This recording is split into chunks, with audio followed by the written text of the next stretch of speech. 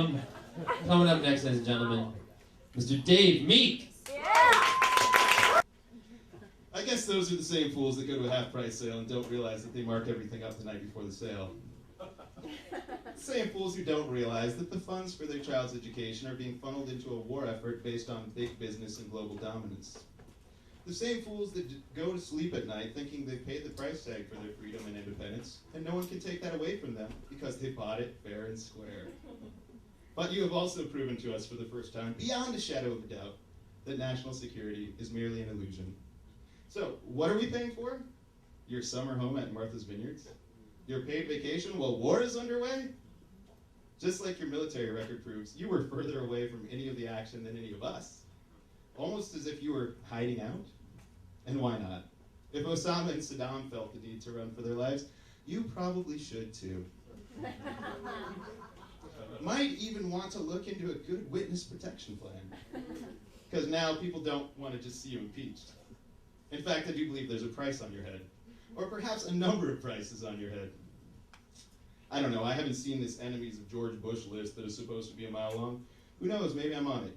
If nothing else, I'm sure you've spied on more than a few of my emails, so you would know that I don't like you very much. And I don't really go through any great pains not to vocalize that, even in an era of Orwellian thought crime. So, you might as well just get it over with and put me on your enemies list. And we thought the Nixon administration was paranoid, and they were. Really fucking paranoid. But you guys take the cake with your big five-headed hydrocephalic hydra of misguided hope and shameless deception. Guys, it was maybe kind of gangster when Frank Sinatra and the Brat Pack got in bed with the mob and took the money and ran. And supposedly it's kind of gangsta to shamelessly profit off of exploiting death and violence if you're, oh, I don't know, say, 50 Cent. But, as allegedly educated scholars from Ivy League colleges with clever little secret fraternal organizations like the Skull and Bones Society, I would think you would know how to get away with murder and still preserve that squeaky clean, innocent, I would never do that look. Even OJ knew that. But you didn't even bother, as if you were so certain you had the whole system rigged in your favor that you couldn't possibly lose. And why? Oh, I don't know. For instance, the chief executive of Diebold being a campaign supporter of yours? That is so not slick. We know they make the voting machines. We realize that might give you an edge. And then there's brother Jeb in Florida, sweetly and primely positioned to doctor the swing state vote. I saw protest signs 7 years ago that said, impeach George Bush. Now they simply say, fuck George Bush. Personally, I would never fuck George Bush. Mr. President, you have fucked me far too many times, and there wasn't a single time that I liked it. In fact, I think you've turned me off of sex for good. I'm not sure I'll ever enjoy it the way I used to before you amended the Constitution to legally rape me and violate my rights. You called it the Patriot Act? Bend over and take it like a patriot. No, wait, that was Deliverance. Oh, surely a favorite down there in Crawford, Texas.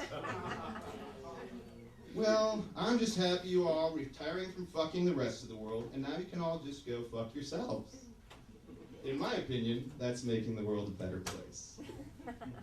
In 2005, Sam Hill, a fellow writer reading here this evening, known as Bixby Bush,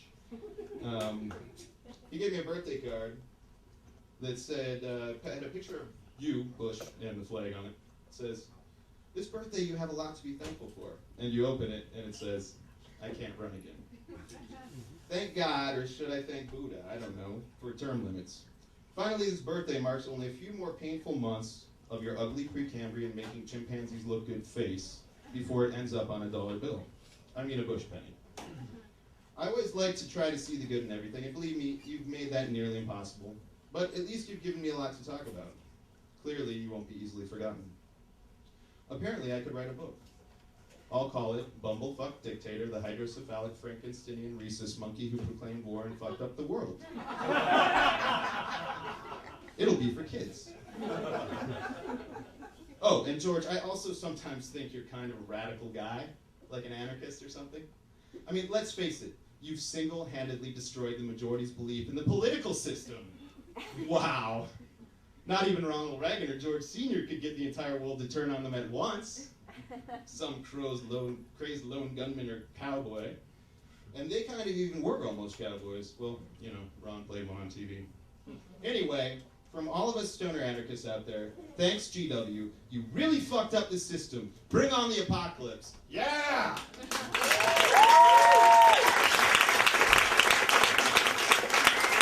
David Meek. Come on. Right? I'm so glad you dressed up for the occasion one time.